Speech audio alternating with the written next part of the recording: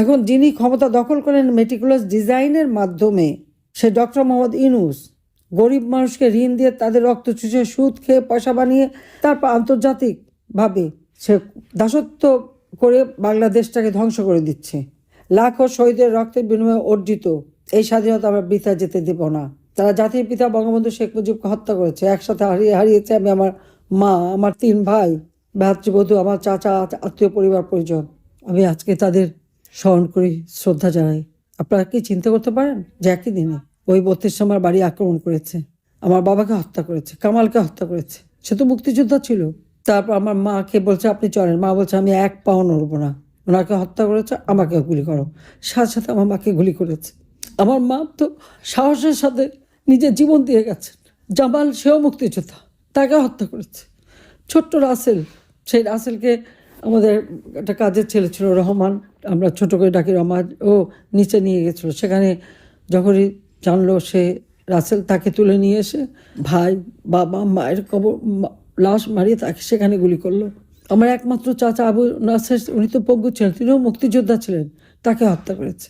তারা ভুলে গেছে যে লাখো শহীদের রক্তের বিনিময়ে স্বাধীনতা আমরা পেয়েছি। তাদের স্বাধীনতা ফিরিয়ে আনতে হবে।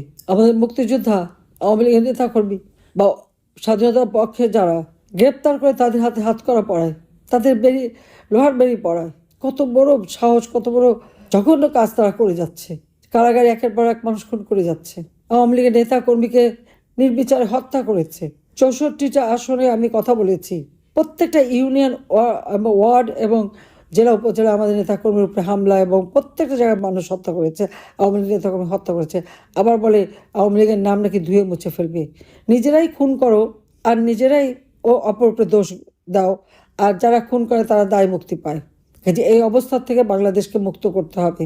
ঐক্যবদ্ধ থেকে যা কিছু আছে তাই নিয়ে আবার প্রস্তুত হয়ে এদের মোকাবেলা করতে হবে।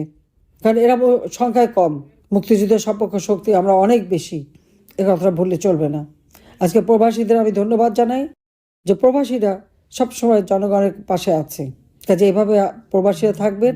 আর দেশের মানুষের সকলকে আমার এই আহ্বান যে সকলে ঐক্যবদ্ধ হয়ে এই অশুভ শক্তির বিরুদ্ধে আমাদেরকেও সংগ্রাম করে, লড়াই করে, এদের পরাজিত করে বাংলাদেশের স্বাধীনতা আবার ফিরিয়ে এনে, সেটাই আমাদের লক্ষ্য। ইনশাল্লাহ আমরা তা করতে পারবো, সে বিশ্বাস আমার আছে। জনগণের উপর আমার বিশ্বাস আছে। সবাইকে ধন্যবাদ। জয় বাংলা, জয় বঙ্গবন্ধু। বাংলাদেশ চিরজীবী হোক। খোদা হাফিজ।